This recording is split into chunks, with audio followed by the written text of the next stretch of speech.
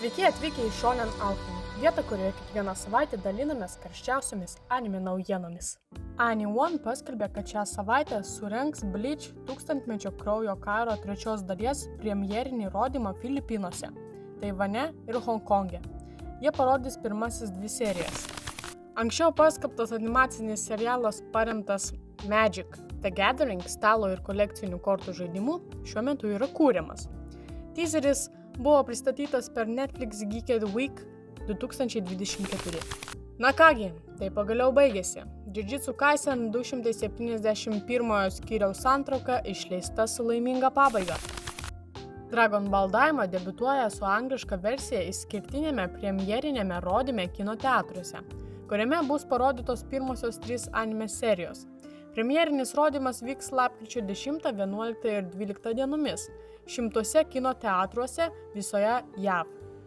Akira Toriyama prasidėjo prie Dragon Ball Daima istorijos ir aplinkos kūrimo. Taip pat sukūrė daugelį dizainų. Pasak patikimo Marvel filmų informatoriaus My Time to Shine Hello, platformoje X kūrimas amerikietiškas Jujutsu Kaisen, gyvo veiksmo projektas. Šiuo metu neaišku, ar tai bus TV serialas ar filmo adaptacija. Lauksime daugiau naujienų. O ką jūs manote, ar šįkart Hollywoodo industrijai pavyks tinkamai sukurti gyvo veiksmo adaptaciją? Savo nuomonę palikite komentaruose. Žaidimas Sonic X Shadow Generations atskleidė pirmąjį epizodą iš savo animuoto prologo Dark Beginnings. Prieš žaidimo išleidimo datą spalio 25 dieną.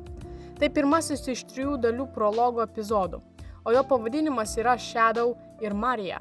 Šis epizodas pasakoja prieš 50 metų įvykusią istoriją, kurioje dalyvauja Shadow Marija ir daktaras Eggmanas. Anime Uzumaki pristatė pirmojo epizodo peržiūrą, kurio premjera numatyta rugsėjo 29 dieną per Adult Swim, o kitą dieną bus transliuojama per Max.